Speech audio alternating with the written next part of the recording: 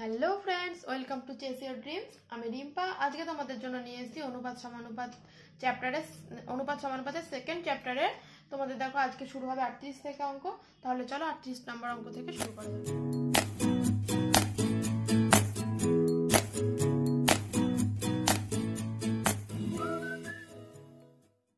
Friends, তাহলে 38 নম্বর অঙ্কটা দেখো। দুটি বইয়ের মূল্য সমান 5টি খাতার মূল্য এবং 3টি খাতার মূল্য সমান 11টি পেনের মূল্য। 110টি পেনের পরিবর্তে কটি বই পাওয়া যাবে? তাহলে দেখো কি বলেছে।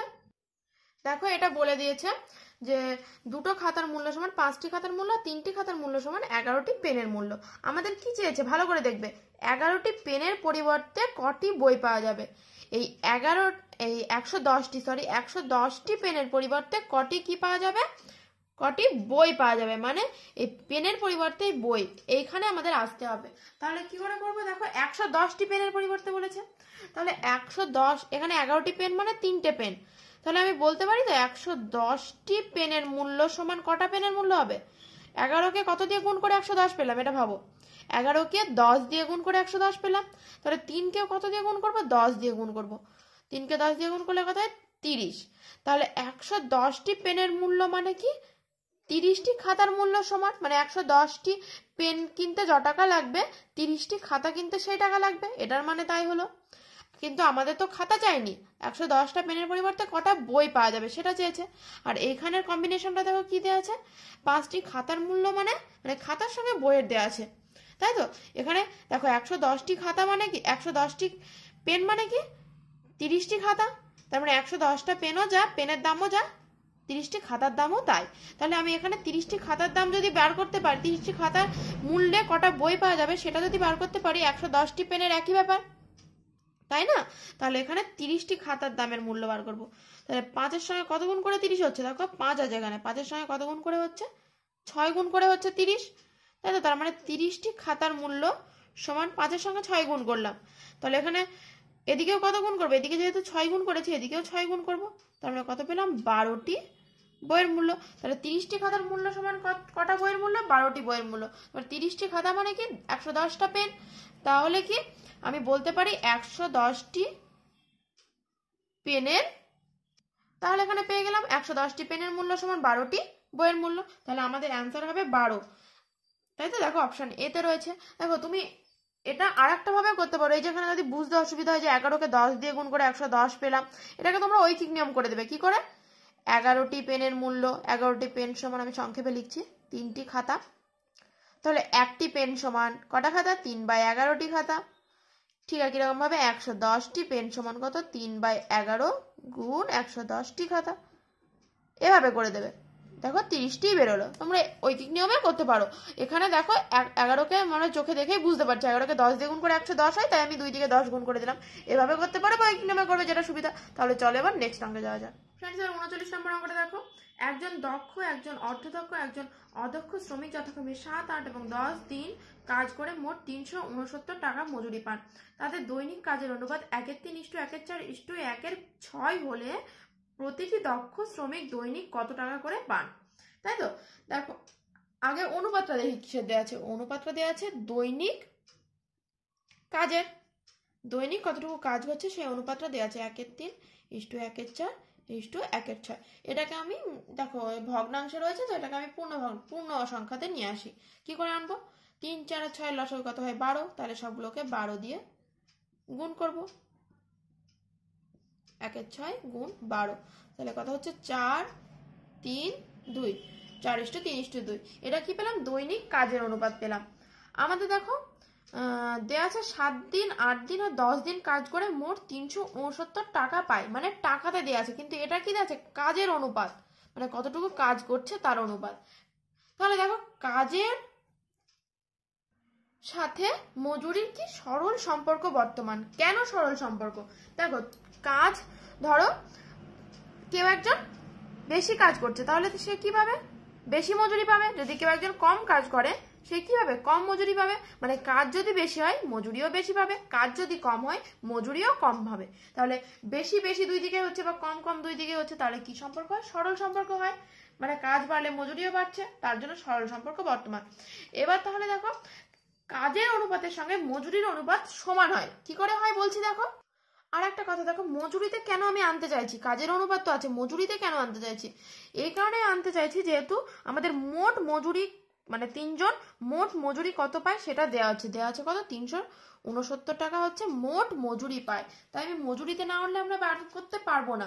সেই জন্য দেখো কাজের অনুপাতের সঙ্গে মজুরির অনুপাত কি হচ্ছে, সমান হচ্ছে। কেন সমান হচ্ছে, ধরো একজন কাজ করছে, দুজন রয়েছে, দুজন কাজ করছে 1:2 অনুপাতে। তাহলে ধরো প্রথম জন মজুরি পাচ্ছে এক্স, তাহলে দ্বিতীয় জন মজুরি কত পাবে, এ তো আগের জনের থেকে কি দ্বিগুণ কাজ করছে, তাহলে মজুরিও কি পাবে, দ্বিগুণ পাবে। তাহলে মজুরি পাবে কত, 2x পাবে মজুরি। তাহলে দেখো এদের অনুপাতটা যদি আমি ভাঙি, এই অনুপাতটা যদি ভাঙি কি হবে, এক্স এক্স কেটে যাবে, 1:2। তাহলে বুঝতে পারলে কাজের অনুপাতের সঙ্গে মজুরির অনুপাত কি হচ্ছে, সমান হচ্ছে। তাহলে দৈনিক কাজের অনুপাত তো এটা দেওয়া আছে, তাহলে আমি বলতে পারি না এটাই সমান কি দৈনিক মজুরির অনুপাতটা, এটাই তো দৈনিক মজুরি, তাই না। তাহলে আমি বলতে পারি দৈনিক মজুরি, ধরে নিই যে এটা প্রথমটা দক্ষ, দ্বিতীয়টা কি অর্ধদক্ষ, আর লাস্টটা কি অদক্ষ। তাহলে প্রথম জনের অনুপাত, প্রথম জনের দৈনিক মজুরি দৈনিক মজুরি কি 4x 3x আর 2x, তাই তো। এবার এরা কতদিন কাজ করেছে, দেখো দক্ষ শ্রমিকটা কতদিন কাজ করেছে, 7 দিন কাজ করেছে।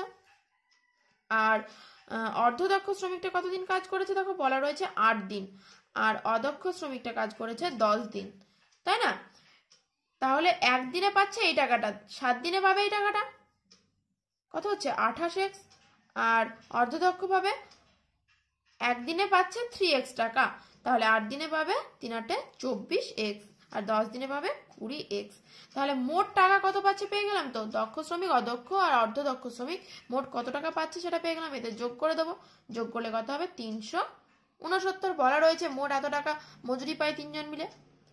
তাহলে এবার ক্যালকুলেশন করব, দেখো তাহলে ক্যালকুলেশন করে এক্স এর মান কত বেরোলো, এক্স এর মান বেরোলো 41/8। এবার বলেছে প্রতিটি দক্ষ শ্রমিক দৈনিক কত টাকা করে পান, প্রতিটি দক্ষ শ্রমিক। তাহলে দেখো এই যে দক্ষ শ্রমিক কত টাকা পাচ্ছে, দক্ষ শ্রমিক পাচ্ছে 4x টাকা, আর অর্ধদক্ষ শ্রমিক পাচ্ছে 3x টাকা, আর অদক্ষ শ্রমিক পাচ্ছে 2x টাকা।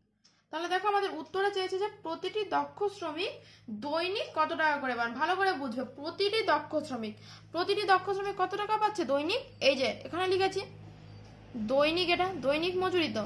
তাহলে প্রতিটি দক্ষ শ্রমিক দৈনিক পাচ্ছে 4x টাকা। তাহলে দৈনিক মজুরি কার, দক্ষ শ্রমিকের, এখানে লিখে দিচ্ছি দক্ষ, কত টাকা করে পাচ্ছে 4x।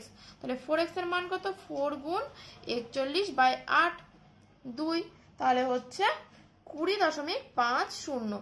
দেখো কিন্তু আমাদের অপশানে এটা নেই, অপশানে ভুল রয়েছে তোমাদের, অপশানে তোমাদের এই উত্তরটা দেওয়া নেই, তোমাদের দেওয়া আছে প্রতিটি দক্ষ শ্রমিক দৈনিকটা কেটে দেবে, প্রতিটি দক্ষ শ্রমিক মোট কত টাকা করে পান সেটা অপশানে আছে।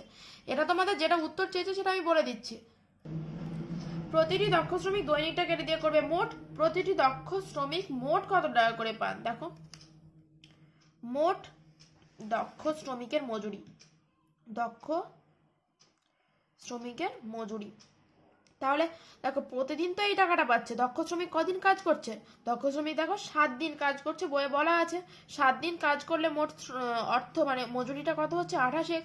তাহলে মোট মজুরি পাচ্ছে দক্ষ শ্রমিকরা কত 28x। এবার 28 গুণ x এর মান বসিয়ে দেবে 41/8, এটা ক্যালকুলেশন করলে হবে দেখবে 143.50। তোমাদের এখানে ভুল রয়েছে, দৈনিকটা কেটে দিয়ে আবার বলছি মোট করে নেবে। তাহলে আমাদের দেখো অপশনের সাথে মিলে যাচ্ছে, অপশন বি হবে রাইট আনসার। আর যদি দৈনিক বলে তাহলে 4x এর জায়গায় তোমরা মানটা বসাবে। তাহলে চলো এবার নেক্সট অঙ্কে যাওয়া যাক। কোন ত্রিভুজের 3টি বাহু 5, 6 ও 8 এর সমানুপাতিক, বৃহত্তম ক্ষুদ্রতম বাহুর সমষ্টি 39 হলে মধ্যম বাহুর দৈর্ঘ্য কত। তাহলে দেখো ত্রিভুজের 3টে বাহু দেওয়া রয়েছে 5, 6 আর 8, কি আছে বলেছে সমানুপাতিকের আছে, মানে কি অনুপাতে করে দেবে তোমরা। এবার বলেছে যে বৃহত্তম ক্ষুদ্রতম বাহুর সমষ্টি হচ্ছে 39। তাহলে দেখো এখানে বৃহত্তম আর ক্ষুদ্রতম বাহু, বৃহত্তম বাহু কোনটা বড়টা, আর ক্ষুদ্রতম বাহু এই ছোটটা।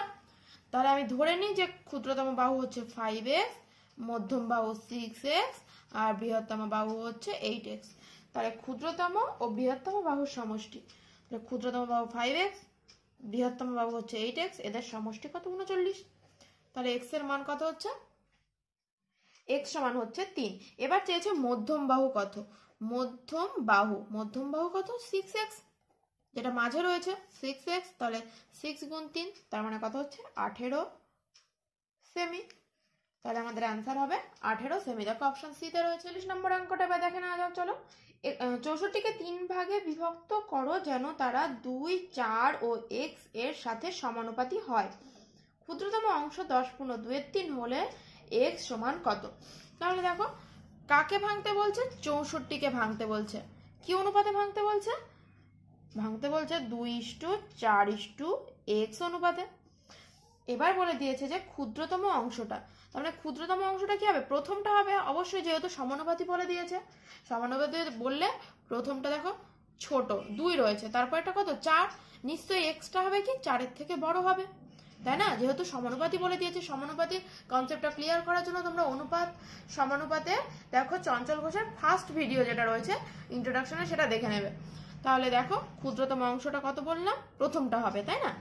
তাহলে আমরা এটাকে আনুপাতিক ভাগাহার করে করব। ক্ষুদ্রতম অংশটা আমরা বার করার চেষ্টা করি। ক্ষুদ্রতম অংশ কি করে করব? আনুপাতিক ভাগাহার করলে কি করতে হয়? মোট 64টা কি মোট, তো এই 64টাকে ভেঙেই তো এগুলো পাচ্ছি। তার মানে আমরা বলতে পারি 64 গুণ আনুপাতিক ভাগাহার করলে কি করতে হয়? যে অনুপাতগুলো দেওয়া আছে সেগুলো যোগফল করে নিচে লিখতে হবে। নিচে মানে কি? হরে লিখতে হবে। আর লবে কি লিখবো? মানে উপরে কি লিখবো? যেটা বার করবো, ক্ষুদ্রতম অংশটা বার করছি, তাহলে ক্ষুদ্রতম অংশ কত? 2, উপরে লিখবো 2। তাহলে এটা পেয়ে গেলাম ক্ষুদ্রতম অংশ। এটার সমানই তো বলা রয়েছে ক্ষুদ্রতম অংশ কত? 10/2 এখান থেকে x এর মানটা বার করব। তাহলে দেখো এখান থেকে 32 দিয়ে কেটেছি, 4 হয়েছে উপরে, কোনাকুনি গুণ করে x এর মান পেয়েছি কত? 6। দেখো তাহলে x এর মানই আমাদের চেয়েছে 6। দেখো অপশন এতে রয়েছে, অপশন এ হবে রাইট অ্যান্সার। 42 নম্বর অঙ্কটা দেখো, কিছু গরু ও পায়রার মধ্যে পায়ের সংখ্যা মাথার সংখ্যা দ্বিগুণের থেকে 12 বেশি। গরুর সংখ্যা কত? ভালো করে অঙ্কটা বোঝো, খুব সুন্দর অঙ্কটা। দেখো বলে দিয়েছে গরুর সংখ্যা কত, আর কি বলেছে? পায়ের সংখ্যা মাথার সংখ্যাটা দিয়েছে, তাই তো? তাহলে আমি ধরে নিই যে গরু হচ্ছে xটি, আর কি বলেছে? পায়রা, তাই তো? হ্যাঁ পায়রা বলেছে, পায়রা হচ্ছে yটি। তাহলে গরুর কি পা? গরুর পা কটা থাকে? একটা গরুর পা থাকে 4টে, তাই না? তো আমরা সবাই জানি একটা গরুর 4টে পা থাকে, আর একটা পায়রার কটা পা থাকে? 2টো পা থাকে।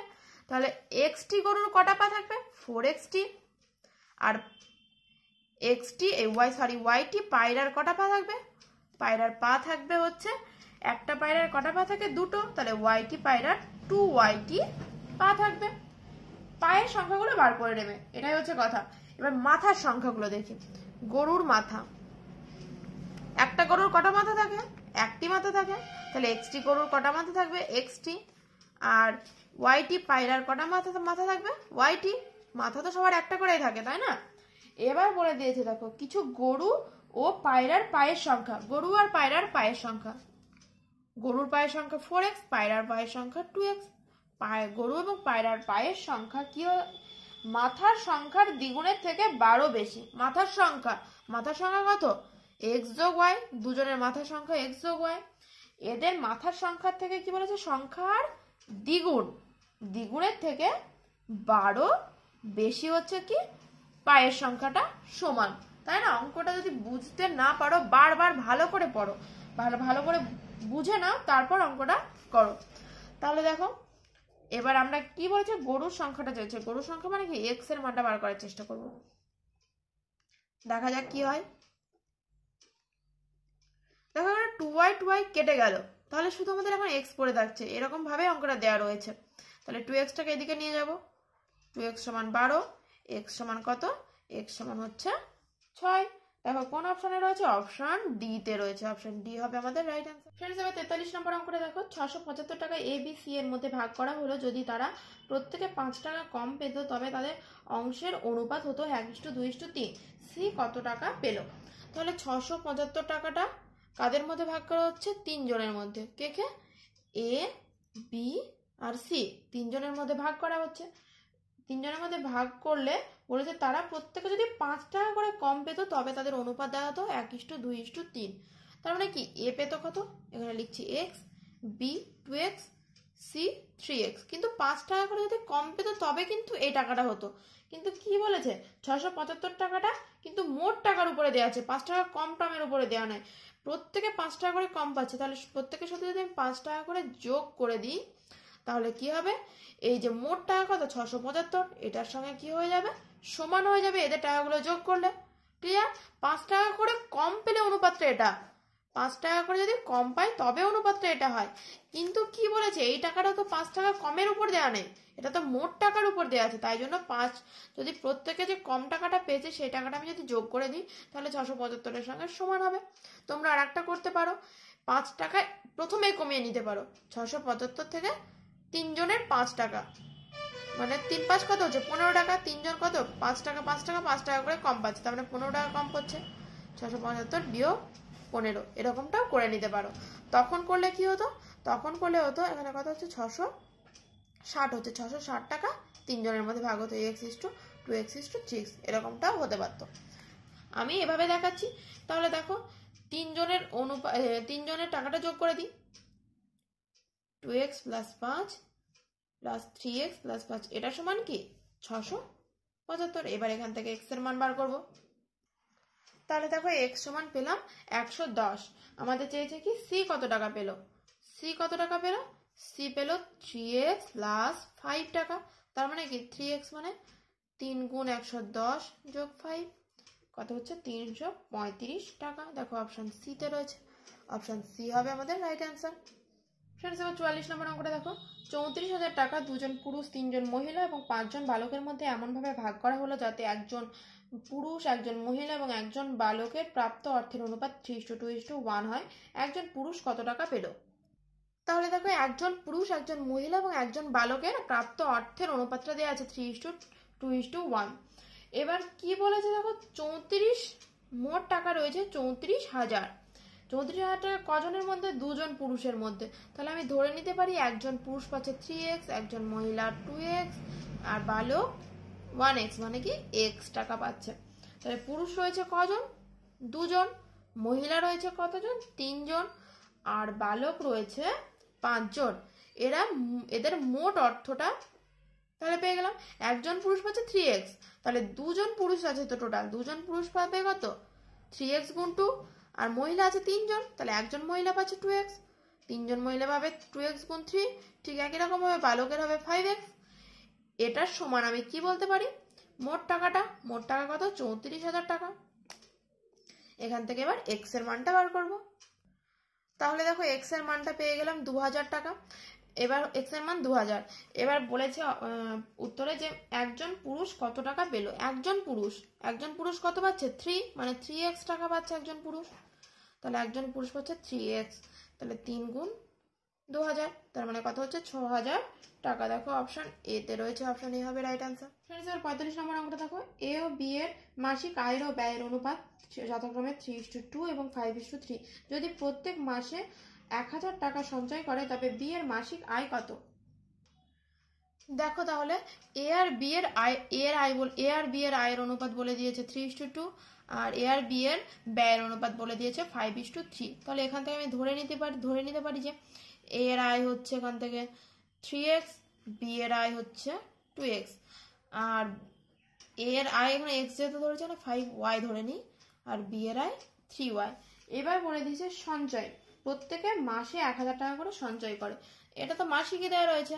তাহলে আয় থেকে যদি ব্যয় বাদ দিই তাহলে কি পাবো, এটা এ এর সঞ্চয় আর বি এর সঞ্চয় কত 2x থেকে 3y বাদ দেবো, মানে আয় থেকে ব্যয় বাদ দেবো, এখানে আয় থেকে এর ব্যয় বাদ দেবো, তাহলে পেয়ে যাবো প্রত্যেকের সঞ্চয় বলে দিয়েছে একই কত 1,000 টাকা, দুজনে 1,000 টাকা করে সঞ্চয় করে।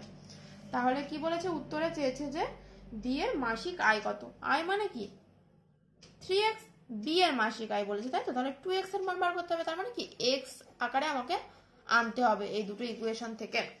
তাহলে এটাকে কি করব, অপনয়ন পদ্ধতি করব। কি করে করতে হয়, এই দুটো থেকে এমনভাবে কিছু গুণ করতে হবে এই দুটোকে যাতে আমাদের এক্স বা ওয়াই যে কোনো একটা কেটে যায়। এখানে আমি এক্সটা কাটলে চলবে না, যেহেতু এক্স এর মান বার করতে হবে, আমি কি কাটবো, ওয়াইটা কাটবো।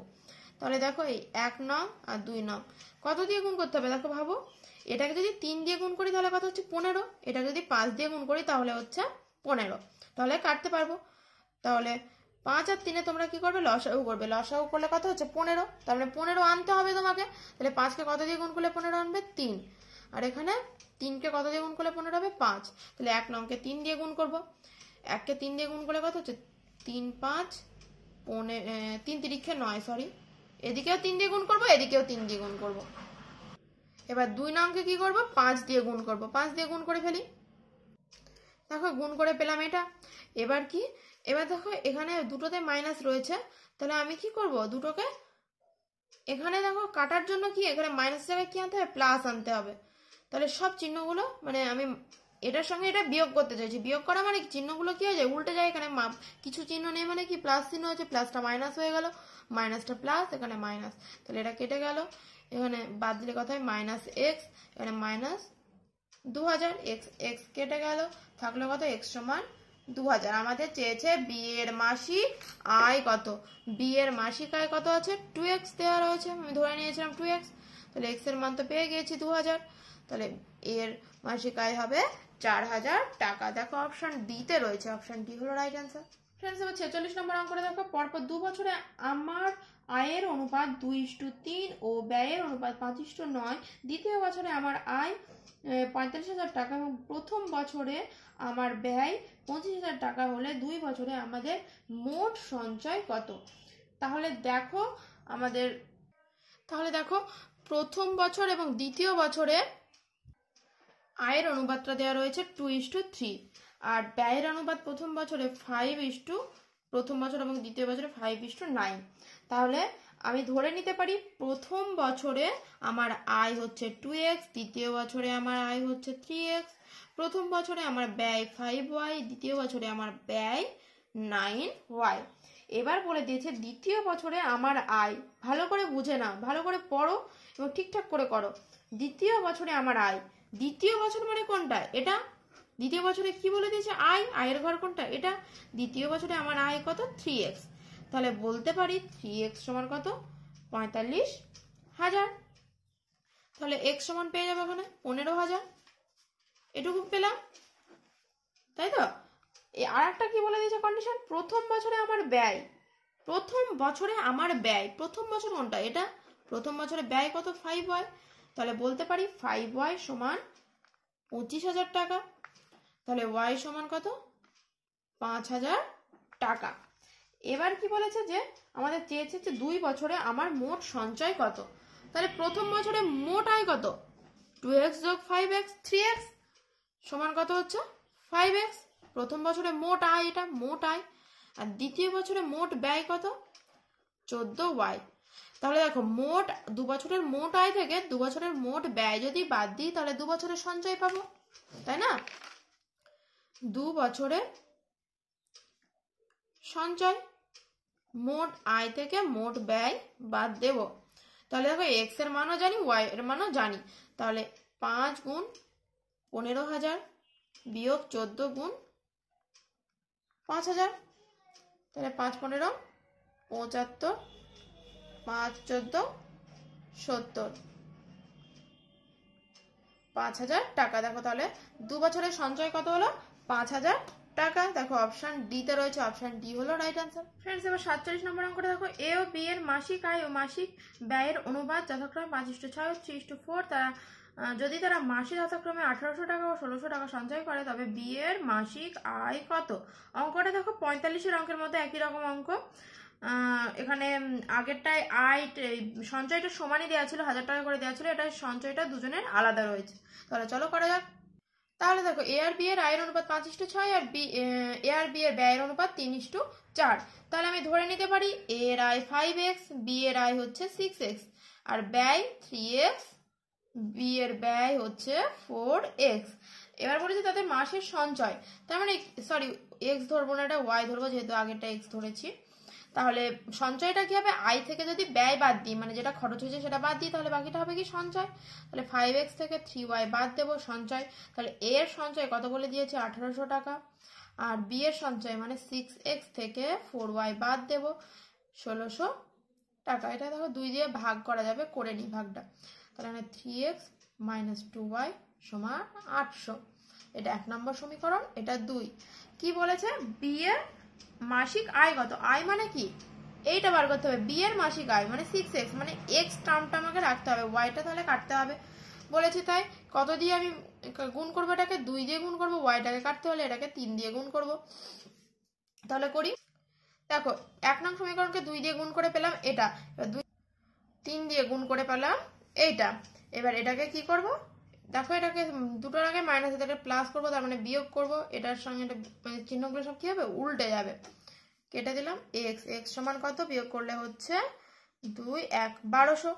তাহলে দেখো এক্স এর মান আমরা পেয়ে গেলাম। কি চেয়েছে, চেয়েছে বি এর মাসিক আয় কত, কত 6x। তাহলে 6 এর সঙ্গে 1200 গুণ করতে হবে, কত 7200। দেখো অপশন ডি তে রয়েছে, অপশন ডি হবে রাইট অ্যান্সার। এবার 48 নম্বর অঙ্কটা দেখো, 3টি ক্লাসে ছাত্র সংখ্যার অনুপাত 2:3:5। যদি প্রতি ক্লাসে 20 জন ছাত্র বৃদ্ধি পায় তবে নতুন ছাত্র সংখ্যার অনুপাতে 4:5:7। প্রাথমিক মোট ছাত্র সংখ্যা কত। তাহলে প্রথমে মানে প্রাথমিক ছাত্র সংখ্যা কত ছিল 2:3:5। যদি প্রতি ক্লাসে 20 জন করে বৃদ্ধি পায় তাহলে ধরি 3টি ক্লাসের মধ্যে প্রথম ক্লাসে 2x ছাত্র, দ্বিতীয় ক্লাসে 3x জন, আর তৃতীয় ক্লাসে 5x। প্রত্যেক ক্লাসে কত বলেছে 20 জন করে বৃদ্ধি পাচ্ছে। প্রথম ক্লাসে 20 জন বৃদ্ধি পেল, দ্বিতীয় ক্লাসেও 20 জন, তৃতীয় ক্লাসেও 20 জন বৃদ্ধি পেল বলেছে। তাহলে তাদের নতুন অনুপাত দাঁড়াবে 4:5:7। এবার কি বলেছে, মোট ছাত্র সংখ্যা কত, প্রাথমিক মোট ছাত্র সংখ্যা, তার মানে কি এখান থেকে আমরা পাবো। তাহলে এখান থেকে আমরা এক্স এর মান আনবো, তাহলে প্রথম যে কোনো দুটো নেবো, এই দুটো নিতে পারি, এই দুটো নিতে পারি, এই দুটো নিতে পারি, আমি প্রথম দুটো নিচ্ছি 3x প্লাস 20। তাহলে প্রথম দুটো এই দুটো নিয়েছি, তাহলে এদিকে এই দুটো নেবো 4/5। তাহলে এবার এক্স এর মান বার করি। তাহলে দেখো ক্যালকুলেশন করে এক্স এর মান বেরোলো 10। প্রাথমিক মোট ছাত্র সংখ্যা, প্রাথমিক ছাত্র সংখ্যা কি ছিল, প্রথম ক্লাসে 2x, দ্বিতীয় ক্লাসে 3x, তৃতীয় ক্লাসের 5x। তাহলে মোট কি, মোট মানে এগুলো সব যোগ করে দিতে হবে। তাহলে 3 5 আর 5 কত 10x। তাহলে মোট ছাত্র সংখ্যা 10x, এক্স এর মান বসিয়ে দিই, 10 গুণ 10 মানে কত 100 জন। তাহলে মোট ছাত্র সংখ্যা হচ্ছে 100 জন। প্রাথমিক মোট ছাত্র সংখ্যা অপশন সি তে রয়েছে, অপশন সি হবে। ফ্রেন্ডস এবার 49 নম্বর অঙ্কটা দেখো, 49 নম্বর অঙ্কটা কি বলেছে, এ বি ও সি এর মাসিক আয় ও ব্যয়ের অনুপাত যথাক্রমে 7:9:12 এবং 8:9:15। যদি এ তার আয়ের 1/4 অংশ সঞ্চয় করে তবে এ বি ও সি এর সঞ্চয়ের অনুপাত কত। তাহলে দেখো আয় বলে দিয়েছে এ বি সি এর 7:9:12 আর ব্যয় বলে দিয়েছে 8:9:15। এবার কি বার করতে হবে, সঞ্চয়, তাই তো। তাহলে সঞ্চয় কিভাবে পাবো, এখানে লিখছি সঞ্চয়, এটা আয় ব্যয় আর সঞ্চয়। তাহলে আয় যেটা ইনকাম করেছে সেটার থেকে যদি আমরা যেটা খরচ করেছি সেটা বাদ দিই তাহলে সঞ্চয় পাবো। তাহলে এ ধরে নিই 7x, আয় বি এর 9x 12x, আর এখানে y ধরবো সব 15y। তাহলে সঞ্চয়টা করার জন্য কি করবো, এ এর সঞ্চয় হচ্ছে 7x থেকে 8y বাদ দেবো, তাই তো। বি এর সঞ্চয় হচ্ছে 9x থেকে 9y বাদ দেবো, আর সি এর সঞ্চয় 12x থেকে 15y বাদ দেবো। সঞ্চয়টা পেয়ে গেলাম। কি বলেছে দেখো আর একটা কন্ডিশন পরেরটা, যদি এ তার আয়ের 1/4 অংশ সঞ্চয় করে, এর সঞ্চয় তো আমরা এখানে একটা জানি 7x মাইনাস 8y। কি বলেছে, তার আয়ের 1/4 অংশ সঞ্চয় করে। আয় কত, আয় হচ্ছে 7x, 7x এর কি অংশ সঞ্চয় করে 1/4 অংশ। তাহলে 7x এর 1/4 অংশ সমান বলতে পারি 7x মাইনাস 8y। এবার এখান থেকে আমরা x বাই y মানে x:y আকারে বার করব, আমাদের যেহেতু সঞ্চয়টা বার করতে হবে। দেখো কি করে করব, তাহলে এখানে 7x এর সঙ্গে ধর 4 আছে নিচে, তাহলে 4 দিয়ে গুণ করে দিই, 4 সাথে 28x, 4 8 32y সমান 7x, বা 28x বিয়োগ 7x সমান 32y, বা 21x সমান 32y, বা x বাই y সমান 32/21। এখান থেকে বলতে পারি x/y সমান 32/21, তাই তো? দেখো আমাদের প্রশ্নে চেয়েছে যে এ বি আর সি এর সঞ্চয়ের অনুপাত কত। তার মানে কি আমাদের এই যে এইগুলো বার করেছি এটার অনুপাতটা আমাদের বার করতে হবে, তাই না? আর এখানে কি পেয়ে গেছি, এক্স আর ওয়াই এর অনুপাতটা পেয়ে গেছি। তার মানে এক্স আর ওয়াই এর মানটা যদি এগুলোতে বসিয়ে দিই তাহলেই তো আমরা পেয়ে যাবো এটার অনুপাতটা, তাই না? তাহলে দেখো এক্স এর মান কি 32/21, তাহলে এক্স এর মান বলতে পারি 32K, যে কোনো কিছু ধরে নিতে পারে। ওয়াই এর মান 21K, তাহলে এখানে বসিয়ে দেবো 7x - 8y = 9x - 9y = 12x - 15y। তাহলে 7x, x এর মান কত 32K মাইনাস 8 গুণ 21K = 9 গুণ 32K। এটা এদিকে আমি করি, এখানে আসছে না জায়গাটা ঠিকঠাক। দেখো ওগুলো এখানে করলাম, এখানে এক্স এর মানগুলো বসিয়ে দিয়েছি, ওয়াই এর মান বসিয়ে দিয়েছি সব জায়গায়। এবার ক্যালকুলেশনটা তোমরা ভালো করে বুঝে নাও, না বুঝতে পারলে তোমরা স্ক্রিনশট নিয়ে টেলিগ্রাম গ্রুপে দেখাতে পারো, আশা করছি ওখানে তোমরা হেল্প পাবে। তাহলে দেখো এখানে অনুপাতটা, সঞ্চয় অনুপাতটা বেরোলো 56:99:69, তাই তো? তাহলে এটাই হবে আমাদের রাইট অ্যান্সার। দেখো কোন অপশনে রয়েছে, 56:99:69 অপশন এ তে রয়েছে। তাহলে সঞ্চয়ের অনুপাত এটাই হবে, অপশন এ হলো রাইট অ্যান্সার। ফ্রেন্ডস এবার 50 নম্বর অঙ্কটা দেখো, রাম ও গোপালের অর্থের অনুপাত 7:17 এবং গোপাল এবং কৃষ্ণের অর্থের অনুপাত 7:17। রামের 490 টাকা থাকলে কৃষ্ণের টাকার পরিমাণ কত? তাহলে দেখো রাম এবং গোপালের দেওয়া আছে, গোপাল এবং কৃষ্ণের অনুপাতটা দেওয়া রয়েছে। আর কি দেওয়া রয়েছে? আর দেওয়া রয়েছে রাম হচ্ছে 490 টাকা পায়, তাহলে কৃষ্ণের টাকার পরিমাণ কত? তাহলে কি করে করবো, আগে রাম, গোপাল এবং কৃষ্ণের অনুপাতটা বার করবো। তাহলে রাম, গোপাল এবং কৃষ্ণের অর্থের অনুপাতটা পেয়ে গেলাম। কিভাবে করব, এইভাবে প্রথম দুটো গুণ করলাম, রামের প্রথম এটা আর এটা গুণ করলাম, তাহলে কি হলো গোপাল, মানে এটা গুণ করবো, তারপর এটা আর এটা গুণ করবো, তারপর এটা আর এটা গুণ করবো, এভাবে পেয়ে গেলাম। এবার রামের অর্থ আমি ধরে নিই 49x, গোপালে 119x, আর সরি এখানে 289 হবে, 289x, তাই তো? এটা তিনটে পেলাম। এবার রামের অর্থটা কত, 49x সমান বলে দিয়েছে রামের অর্থ কত 490, তাহলে x সমান কত 10। কৃষ্ণের অর্থ চেয়েছে, কৃষ্ণের টাকার পরিমাণ, কৃষ্ণর কত 289x, মানে কি x এর মান কত 10 গুণ 10, তাহলে 2890। দেখো কোন অপশনে রয়েছে 2890, অপশন সি তে রয়েছে 2890। ফ্রেন্ডস এবার 51 নম্বর অঙ্কটা দেখো, 86,700 টাকা এ বি সি এর মধ্যে এমন ভাবে ভাগ করা হলো যাতে এ 1 টাকা পেলে বি পায় 90 পয়সা এবং বি যদি 1 টাকা পায় সি পায় 110 পয়সা। বি এর অর্থের পরিমাণ কত? তাহলে দেখো কি বলেছে, এ যদি 1 টাকা পায়, বি কত পাবে, বি পায় 90 পয়সা। আবার কি বলেছে, বি যদি 1 টাকা পায়, সি পায় 110 পয়সা। তাহলে কি এর হচ্ছে 1 টাকা মানে 100 পয়সা ধরে নিয়ে, যেহেতু ওখানে পয়সাই দেওয়া রয়েছে, এ ইস টু বি, তার মানে কি হবে, এর হচ্ছে 1 টাকা মানে 100 পয়সা আর বি এর কত 90 পয়সা, তাই তো? এটাকে ছোট করে নিই, তাহলে এটা 10:9, আর বি ইস টু সি বলতে পারি বি এর কত 1 টাকা, 1 টাকা মানে 100 পয়সা, আর সি এর কত 110 পয়সা, তাহলে 0 0 কেটে দিলে তাহলে 10:11 হচ্ছে।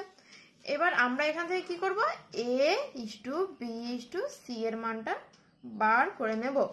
কি করে করব, 10 গুণ 10, 10 কে 100, 90:99, এটা পেলাম। এবার কি চেয়েছে, আমাদের চেয়েছে যে বি এর অর্থের পরিমাণ কত। দেখো মোট অর্থ দেয়া রয়েছে 86,700, তাই তো, মানে 86,700 টাকা। আমাদের সি এর অর্থটা বার করতে হবে, তাহলে আনুপাতিক ভাগাহার করে করব। মোট টাকা হচ্ছে 86,700 গুণ আনুপাতিক ভাগাহার করলে কি করতে হয়, অনুপাতগুলো যোগ করে নিচে লিখতে হবে। তাহলে 190 আর 99 যোগ করতে হবে 289। সরি এখানে বি নয়, সি নয়, বি এর মানটা বার করতে হবে, মানে বি এর অর্থের পরিমাণ। তাহলে বি এর অর্থের পরিমাণ কত 90, তাহলে উপরে লিখবো 90। এবার কি করবো, কাটাকাটি। তাহলে এটাকে 3 দিয়ে যদি কাটি, 3 দিয়ে কাটলে এটা হয়, আর এখানে দুটো শূন্য মানে 300, 3 9 27, 27-এর পর কটা শূন্য, 3টে শূন্য, তার মানে কি হচ্ছে 27,000। বি এর অর্থের পরিমাণ কত? 27,000। দেখো অপশন বি তে রয়েছে, অপশন বি হবে রাইট অ্যান্সার।